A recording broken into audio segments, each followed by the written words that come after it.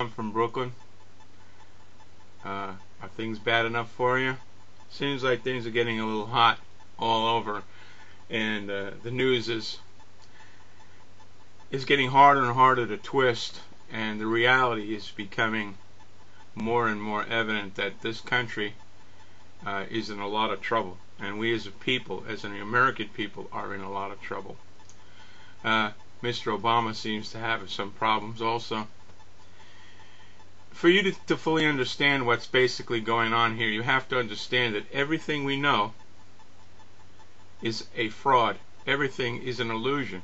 And the masters of illusion do most of their scheming and manipulation through the use of this. Federal Reserve notes. Now you hear all these so-called experts like Ron Paul, you need to audit the Fed, and you need to do this, you need to do that. Well, the government needs to do this and it needs to do that. If the Federal Reserve is in fact a real bank, it comes under banking regulations and they can be audited. But it is one thing, through disclosure, the American people will find out that it's a privately owned bank among, I think it's 5 major banking families, and they're all foreign controlled, by the way, with the exception of the Rockefeller brothers of New York. But the situation is the only thing that the federal government can hold over the Federal Reserve is they can revoke the permission for them to monetize the Federal Reserve notes and the distribution of American currency. That's the only thing that they can hold over them.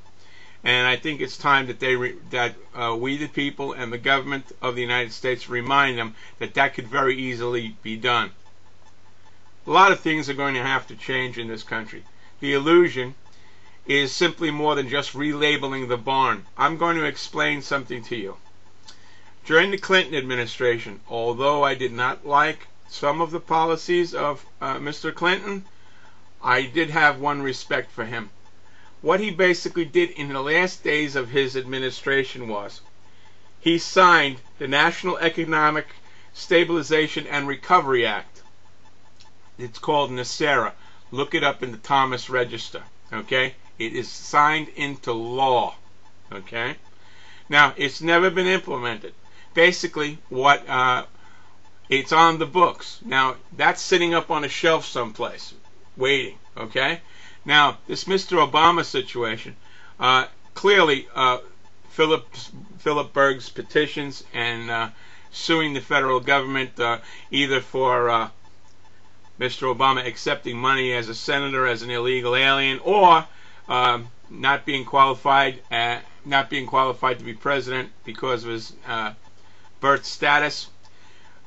These two factors will be overlooked when they relabel the barn. I believe that in an attempt for Mr. Obama to stay in office and to be named the greatest president of the United States, the best president we ever had because he saved the country, he will announce Nesera. He will announce maybe they'll announce it under that name, or they'll change the name of it to make it look like it was his idea. But it is in fact public law right now. What Nesera will do is forgive people who have been living for decades beyond their means through mortgages and credit cards and all of these things where they have been forwarded mass amounts of credit which they cannot pay back. Okay? It has become a physical impossibility. Nesera will forgive these payments, all right, and forgive everything, and all the sheep will be so jubilant over this newfound hero that you could never possibly take this man out of office. Look what he's done for you. Only the masters of illusion can do this. But there's a downside to this. He will collapse the banking industry when he does this. Okay? And this is the thing he holds over the Council on Foreign Relations.